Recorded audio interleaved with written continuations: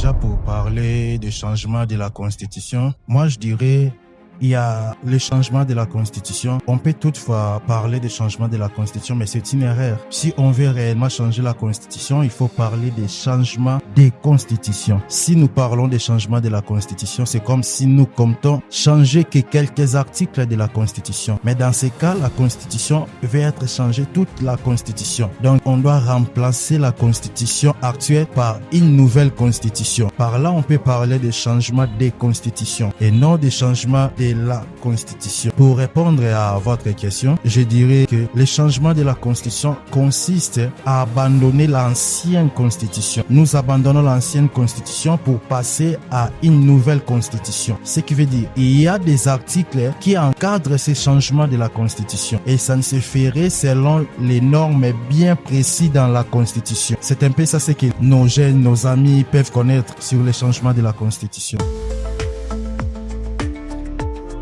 Oui, monsieur le journaliste, par là, ce que nous devons comprendre, il y a une différence entre la révision et le changement de la Constitution. On parle de la révision lorsqu'on veut revoir quelques articles de la Constitution. Et la révision, ça s'est fait d'une manière concrète et une manière précise dans la Constitution. La révision doit être encadrée par les articles de la Constitution. Mais lorsqu'on parle d'un changement, c'est comme ce que je venais de dire dans la première question. Lorsqu'on parle d'un changement, cela veut dire que nous comptons changer la constitution actuelle pour une constitution nouvelle. Et la constitution qu'on doit changer doit répondre dans notre façon de vivre, notre culture et selon la population. Donc, les changements de la Constitution impliquent ce que nous devons savoir dans les changements de la Constitution. On doit changer la Constitution pour une nouvelle Constitution. Donc, nous abandonnons l'ancienne Constitution pour avoir une nouvelle Constitution. Ce que les gens doivent comprendre sur les changements de la Constitution. La différence entre la révision et les changements de la Constitution. La révision, on doit revoir quelques articles de la Constitution. Mais les changements de la Constitution, on doit changer toute la Constitution.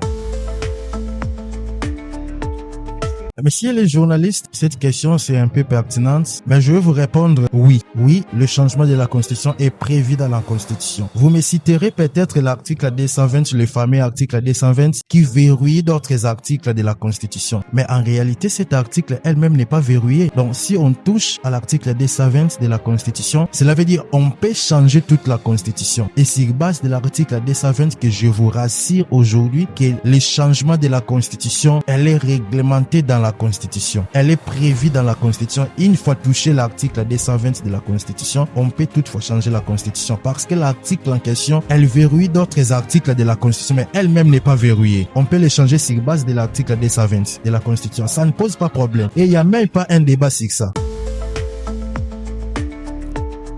Bon, si je peux donner le point de vue pour le changement de la Constitution, je dirais peut-être, je peux vous donner 2 ou 3 articles de la Constitution qui prouveraient qu'il faut changer la Constitution en question. Vous voyez, il y a l'article 70 de la Constitution et l'article 74 de la Constitution. L'article 70 de la Constitution prévoit que les chefs de l'État restent en fonction jusqu'à l'installation d'un nouveau président. Et dans les 90 jours, l'ancien président organise les élections dans les 90 jours. Et les présidents sortants prêtent serment après 10 jours. Vous voyez? Donc, dans les 10 jours en question, nous avons un président entrant et un président sortant. Le président qui doit entrer en fonction et s'il meurt avant de prêter serment, qui prendra la tête de la République. Vous voyez que ce sont des choses qui me poussent à dire oui qu'il faut changer la Constitution. Cet article n'est pas prévu dans la Constitution. La Constitution n'a pas prévu que si le président qui a gagné les élections meurt avant de prêter serment, la Constitution n'a pas prévu la personne qui va la remplacer s'il meurt. Alors, il a fallu que la Constitution qu'il prévoit une personne qui allait les remplacer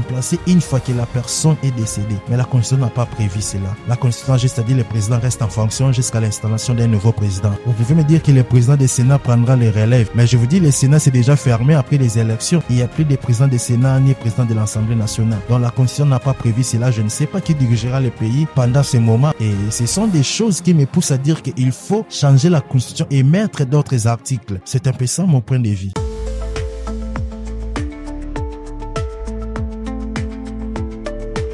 D'ailleurs, c'est moi qui vous remercie d'ailleurs.